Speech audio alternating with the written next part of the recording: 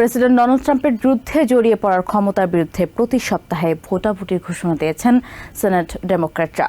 মঙ্গলবার ক্যাপিটল হিলে সংবাদ সম্মেলনে কথা জানান সেনেট মাইনরিটি লিডার চাক শুমার।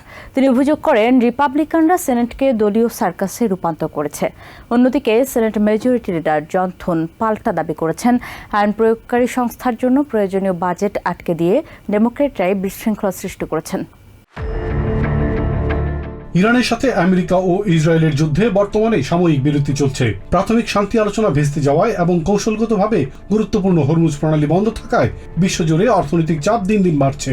এমন পরিস্থিতিতে ইরানের বিরুদ্ধে প্রেসিডেন্ট ট্রাম্পের সামরিক পদক্ষেপ নেওয়ার ক্ষমতা কমিয়ে আনতে সেনেটে প্রতি সপ্তাহেই প্রস্তাব উত্থাপন করার ঘোষণা দিয়েছেন ডেমোক্র্যাটরা। মঙ্গলবার ক্যাপিটল হিলে সংবাদ সম্মেলনে কথা জানান সেনেট মাইনরিটি লিডার চাক শুমার। আগামী 3 সপ্তাহে প্রেসিডেন্টের যুদ্ধের ক্ষমতা বিষয়ে এসব বিলের প্রস্তাবকদের নামও ঘোষণা করেছেন শুমার। তিনি বলেন, রিপাবলিকানরা বিদেশে বিশৃঙ্খলা ছড়ানোর পাশাপাশি দেশেও অস্থিরতা তৈরি করছে। চাক শুমার আরও অভিযোগ করেন, রিপাবলিকানরা সেনেটকে একটি রাজনৈতিক সার্কাসে পরিণত করেছেন।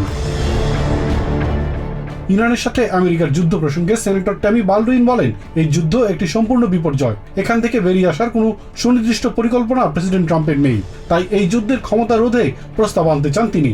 সেনেটর ট্যামি ডাকওয়ার্থ বলেন, প্রেসিডেন্ট ডোনাল্ড ট্রাম্প নিজেদের ব্যর্থতা আড়াল করতে সেনাদের ঢাল হিসেবে ব্যবহার করছেন।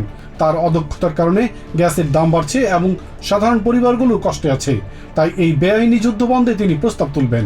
সেনেটর এন্ডি কিম বলেন, দেশের মানুষ জীবনযাত্রার ব্যয়ের চাপে হিমশিম খাচ্ছে। জনগণ ট্রাম্প প্রশাসনের উপর ক্ষুব্ধ বলে দাবি করেন তিনি।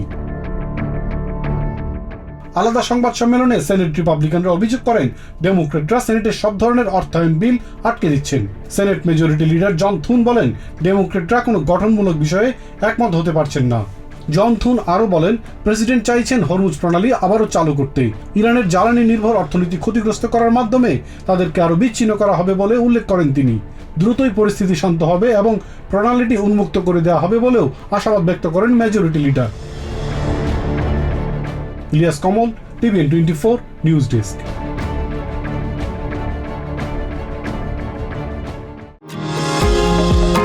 নিউ ইয়র্ক থেকে সম্প্রচারিত টিভিএন 24 টেলিভিশন বিশ্বজুড়ে বাঙালির কণ্ঠস্বর।